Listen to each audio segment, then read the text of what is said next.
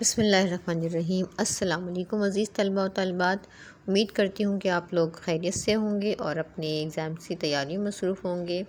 आज हम जो इंग्लिश का प्रेजेंटेशन तैयार करेंगे उसके लिए जो मार्कर की ज़रूरत होगी वो 605 और 604 मार्कर होंगे। अब ये कि इसमें ब्लैक 604 और 605 मार्कर है, तो आप चाहें तो आपके पास अगर 604 और या 605 मार्कर मौजूद ना हो तो आप नॉर्मल मार्कर से भी प्रेजेंटेशन तैयार कर सकते हैं, जैसे कि 9th और 10th क्लास के बच्चे।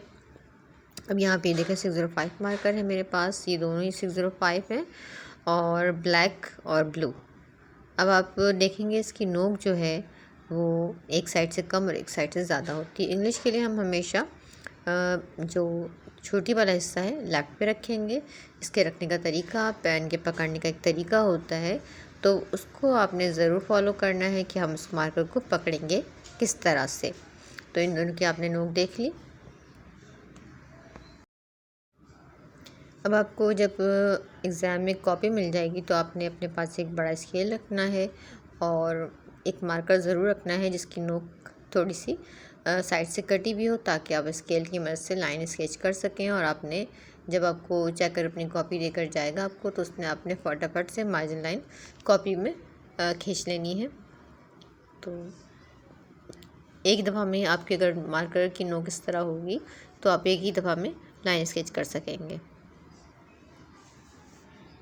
ये देखिए, इस तरह से आपने मार्जिन लाइन स्केच करनी है और सेंटर में हमें ख्याल रखना है कि जो हमारी सेक्शन नंबर 1 की हेडिंग होगी वो सेंटर में हो।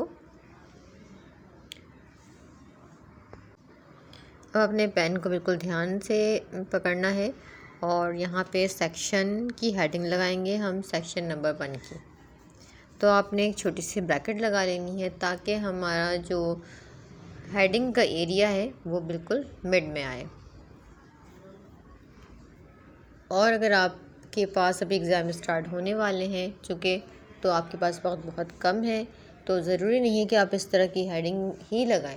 आपकी जो भी राइटिंग है आप कट मार्कर की मदद से सिंपल हेडिंग भी लगा सकते हैं। कि आप इस राइटिंग से परेशान हो कि हम फ़ौरन किस तरह कर सकते हैं, क्योंकि ज़ाहिर है पेपर होने वाले हैं। और ना ही इस बात के लिए परेशान होना है कि इस तरह की राइटिंग की वजह से आपका जो पेपर है वो आप पूरा सॉल्व नहीं कर पाएंगे। आपने हेडिंग लगाने के बाद इनके नीचे अंडरलाइन बिल्कुल भी नहीं करना। जब अपना पूरा पेपर सॉल्व कर लें तब आपने अंडरलाइन करना है। सेकंड हेडिंग हम लगाएंगे सब्जेक्टिव टाइप की। उसके लिए भी आपने छोटी सी एक ब्रैकेट लगानी है और साइड पे इसके छोटे छोटे से मैंने सर्कल बना के और मार्कर से लाइनिंग की हुई है। आपने जब ये हेडिंग लगा लेनी है, फिर हमारे पास हेडिंग आएगी क्वेश्चन नंबर 3 की। और हमेशा वो वाला क्वेश्चन आपने चूज़ करना है जो आपको बहुत अच्छी तरह से याद हो। यहाँ मैं एक नॉर्मल मार्कर यूज़ कर रही हूँ ताकि आप देख सकें हम नॉर्मल मार्कर से भी बहुत अच्छी हेडिंग लगा सकते हैं अगर आपके पास 604 और 605 मार्कर मौजूद ना हो तो हम यहाँ पे लगा रहे हैं क्वेश्चन नंबर 3 की हेडिंग। तो अब आप ये देखें, जब क्वेश्चन नंबर 3 की हेडिंग में लगा रही हूँ तो मैंने वहीं से स्टार्ट किया और वहाँ पे एक छोटी सी एक ब्रैकेट मोटे मार्कर से लगाऊंगी और एक मैं पतली सी हेडिंग ब्रैकेट लगाऊंगी और वहाँ पे भी मैं छोटे छोटे सर्कल्स बना दिए। अब जो भी हमें क्वेश्चन नंबर चूज़ करना है ना, हम पहला, दूसरा, तीसरा उसका नंबर डाल लेंगे और वहाँ पे भी मैंने एक छोटी सी ब्रैकेट लगाकर छोटे छोटे सर्कल बना दिए। अब आपने रेफरेंस की हेडिंग लगानी है, जो भी आपके पेपर के मुताबिक आपने काम करना है। यहाँ पे मैं हेडिंग लगा रही हूँ रेफरेंस की, और अभी रेफरेंस के नीचे भी मैंने कोई लाइन, आप देखें कहीं पे भी इसके नीचे मैंने नहीं लगाई। आप ब्लैक अलाउ होता है, ब्लैक भी यूज़ कर सकते हैं, ब्लैक और ब्लू दोनों यूज़ कर सकते हैं। यहाँ पे अब मैं एक नॉर्मल पेन यूज़ करूँगी। These lines has been taken from the poem. फिर आपने जो भी नाम है उस पोएम लिखने वाले का, जैसे यहाँ मैंने लिखा हुआ है, तो आपने वहाँ पे कट मार्कर से उसको परमानेंट करने के लिए आपने वहाँ पे एक ब्लू मार्कर से मैं लिख रही हूँ।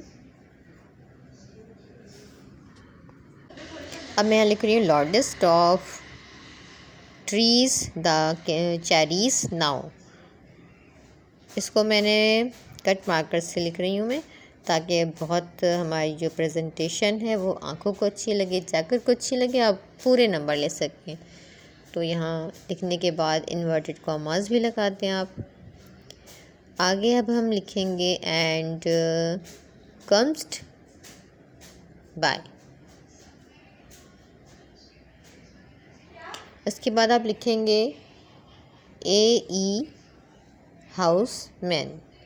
ठीक है, अब आपने ये कंप्लीट हमारा रेफरेंस जो भी था वो कर लिया। यहाँ पे मैं लिखूँगी AE हाउस मैन। और आपने बिल्कुल भी परेशान नहीं होना कि हम ये पेपर जो है इस हैंड राइटिंग के साथ कंप्लीट नहीं कर पाएंगे। बिल्कुल कंप्लीट कर सकते हैं अगर आपने थोड़ी सी प्रैक्टिस की हुई होगी, तो कुछ भी मुश्किल नहीं। अब हमने लगानी है हेडिंग कॉन्टेक्स्ट की।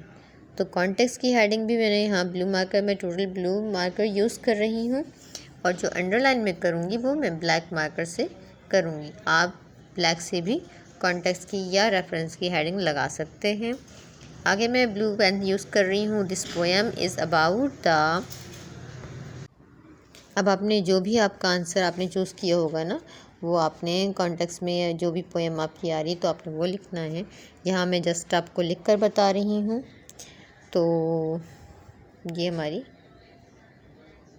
कॉन्टेक्स्ट कंप्लीट हो गया।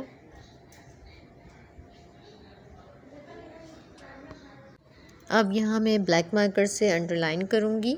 जो भी मैंने हेडिंग लगाई है ना, उसको मैं अंडरलाइन कर दूँगी ताकि हमारी जो हेडिंग्स है वो और ज़्यादा खूबसूरत लगे।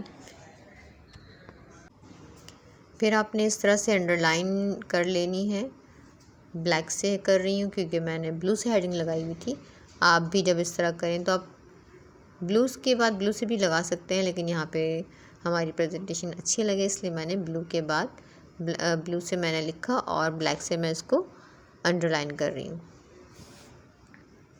आपने मार्कर को ढक्कन की मदद से कट कर लेना है ताकि आप एक ही बार में अंडरलाइन कर सकें।